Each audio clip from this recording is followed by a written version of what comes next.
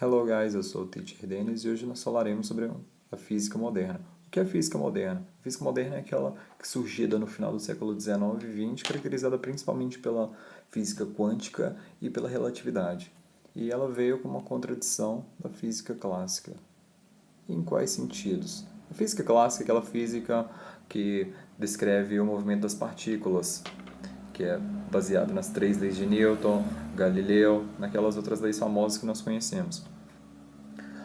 E essa física clássica enxergava o mundo de forma suave e contínua, em que você poderia determinar a posição de cada partícula no tempo de acordo com essas leis já então conhecidas. A física moderna, entretanto, baseada principalmente na física quântica e relatividade, já via o mundo de forma diferente, como algo grosseiro, repleto de granulosidade, em que a energia era vista por meio de pacotes, agora ela era descrita por meio de pacotes, os famosos quantums, os fótons. Por isso o nome física quântica, relacionada à física moderna. A física agora é baseada em quantums, em pacotes, em algo granular, não contínuo e não suave como aquele da física clássica.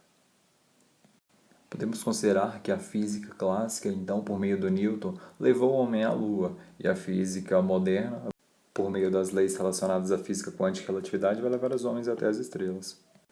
Há o princípio da incerteza envolvida na física moderna. Agora não se pode determinar a posição de qualquer partícula no tempo e no espaço, porque o tempo e o espaço agora são relativos. A distância depende do movimento. Em sistemas tão rápidos quanto a luz, a distância se contrai e o tempo se dilata. As leis dependem da velocidade. A luz, agora, pode ser considerada como uma ondícula. O que é essa ondícula? A luz tem propriedades tanto de partículas quanto de ondas. Então, há uma complementaridade. O que é essa complementaridade? Características divergentes, opostas, como um sistema yin e yang da cultura japonesa. A luz pode ser vista como esse complemento, ora se comportando como partícula, ora se comportando como onda. Agora, segundo o princípio da relatividade, o princípio da simultaneidade, em que dois eventos ocorrem ao mesmo tempo, pode ser visto de maneiras diferentes por observadores diferentes, um que esteja parado e outro que esteja em movimento. Por exemplo, o que o Einstein usou para descrever esse princípio. Um observador parado, acontece dois raios ao mesmo tempo, um do seu lado esquerdo e um do lado direito. Como a velocidade da luz, segundo Einstein, tem uma velocidade fixa de 300 km por segundo, esse observador irá ver os raios de luz chegando aos seus olhos ao mesmo tempo. Entretanto, um observador que esteja deslocando em um trem muito rápido, por exemplo, na direção de um dos raios, mesmo que esses raios ocorram ao mesmo tempo, ele não vai ver os dois raios chegando com os raios de luz ao mesmo tempo. Ele não vai enxergar esses dois raios de luz ao mesmo tempo. Ele vai enxergar um primeiro do que o outro, porque ele está se movendo em direção. Então, esse é o princípio da relatividade. As leis dependem da velocidade. Em outro exemplo descrito por Einstein, é o caso dos dois irmãos gêmeos, que um permanece na Terra e outro faz uma viagem interestelar em uma nave que tem uma velocidade muito alta, quase a velocidade da luz. Quando esse viajante interestelar voltar à Terra, ele se encontrará muito mais novo do que o seu irmão gêmeo, porque o tempo se dilata quando há uma velocidade muito grande. Então, em uma velocidade muito grande, como um buraco negro, por exemplo, em que nem a luz consegue escapar por causa da gravidade, tempo e espaço se confundem. E a grande questão para a física moderna é conseguir relacionar física quântica e relatividade para descrever tanto a origem do universo quanto espaços como o buraco negro, que ainda não se tem tanta clareza com relação ao que ocorre dentro. Porque tempo e espaço nesses lugares são relativos. E dentro da física moderna, um dos temas mais analisados é o efeito fotoelétrico. E voltando a um dos principais físicos, o Albert Einstein, que é conhecido pela relatividade, o seu prêmio Nobel, entretanto, foi por causa do efeito fotoelétrico, baseado na física quântica. Ele recebeu esse prêmio após 11 anos de pesquisa de um outro físico que tentou provar que a energia baseada em fótons e em quântons sugerida pelo Einstein estava errada. Ele, não conseguindo provar que o Einstein estava errado, mostrou que assim estava certo e ele conseguiu ganhar o prêmio Nobel por causa disso, o Albert Einstein. E o que é esse efeito fotoelétrico? Esse efeito fotoelétrico ele ocorre a partir de determinada frequência. Há uma radiação incidente em um metal. Essa radiação é incidente por meio de fótons. Vai incidir no metal, que tem os elétrons livres, e assim liberar fotoelétrons. Fotoelétrons, que vai gerar energia elétrica. Essa energia é descrita pela seguinte forma: a energia é igual a constante Planck vezes a frequência. Então, essa radiação incidente, essa corrente luminosa, ela, segundo a física moderna, ela não é emitida de forma contínua, ela é emitida como uma corrente de fótons. Fótons, menor unidade de energia, descrita pela constante de Planck.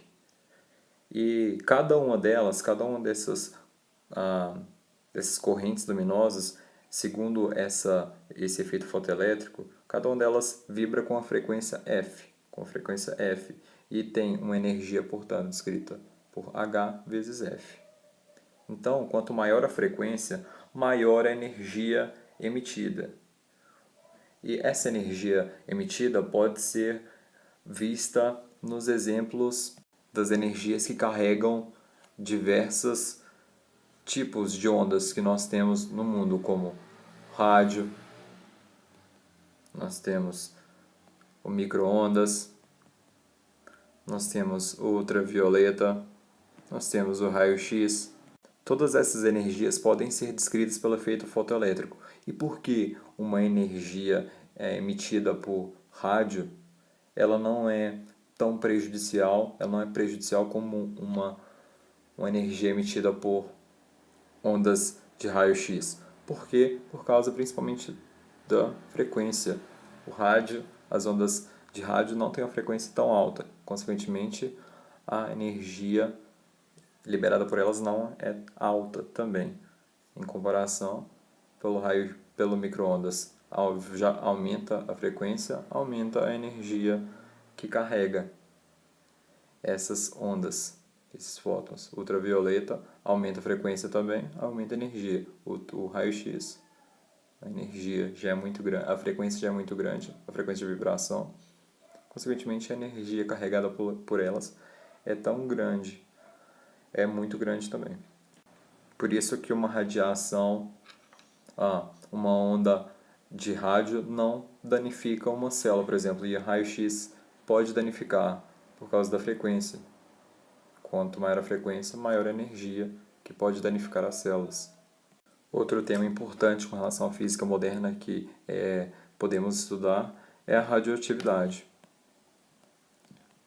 O que é a radioatividade?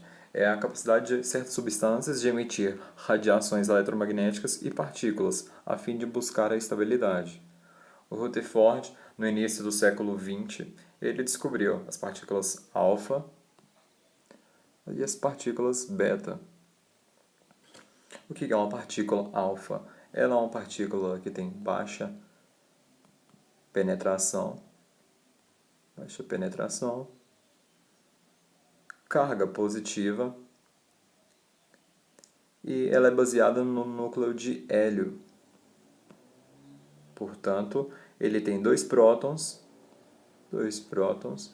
e dois nêutrons. Ela não tem um grande poder de penetração, então ela não é tão forte quanto a partícula beta e nem tão forte quanto a radiação gama. A partícula beta, por outro lado, ela é cerca de 50 a 100 vezes mais penetrante do que a partícula alfa. Ela já corresponde a um elétron e ela tem tamanho 7.000 vezes menor do que uma partícula alfa.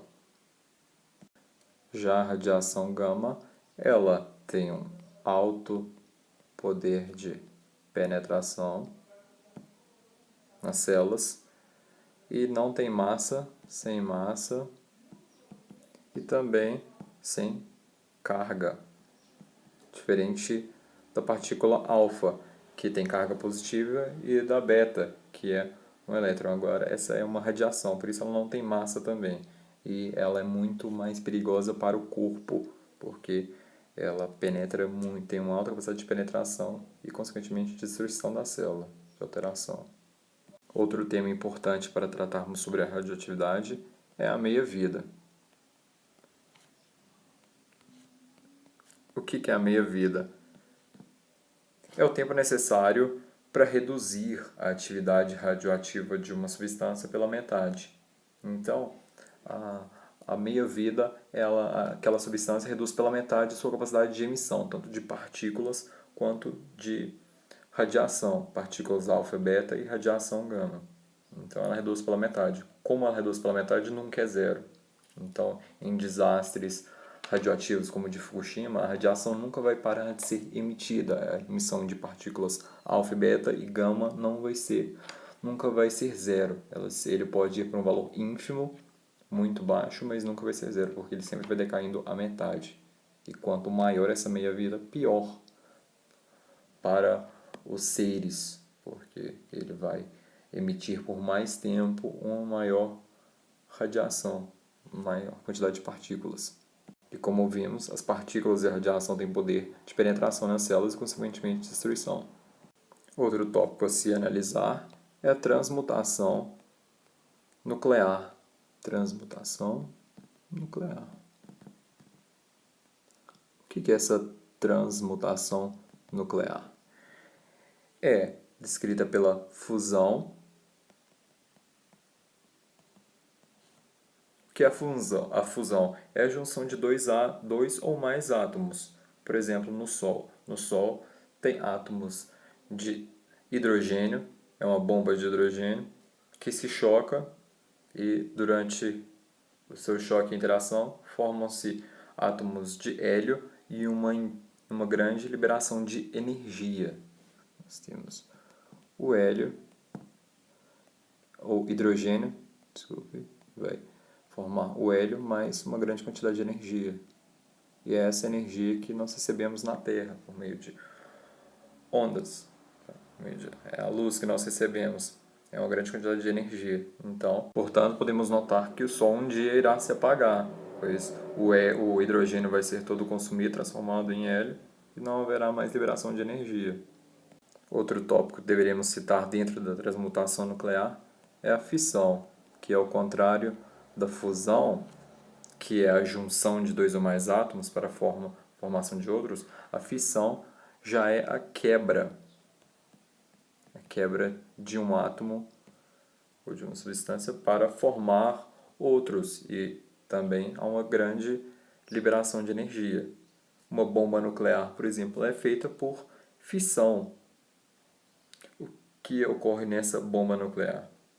Um nêutron é bombeado no núcleo de um átomo, e isso gera uma quebra. Essa quebra libera outros nêutrons e uma grande quantidade de energia.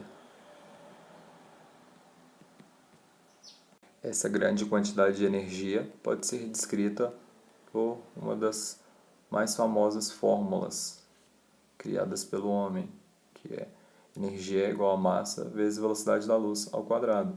Essa fórmula foi descrita novamente por Einstein. Por isso que se diz que ele é um dos pais da bomba atômica, porque através dele foi possível calcular a energia liberada por meio da explosão de uma bomba. Porque durante a explosão de uma bomba, por meio da fissão, há uma perda de massa. Essa perda de massa é relacionada à energia liberada.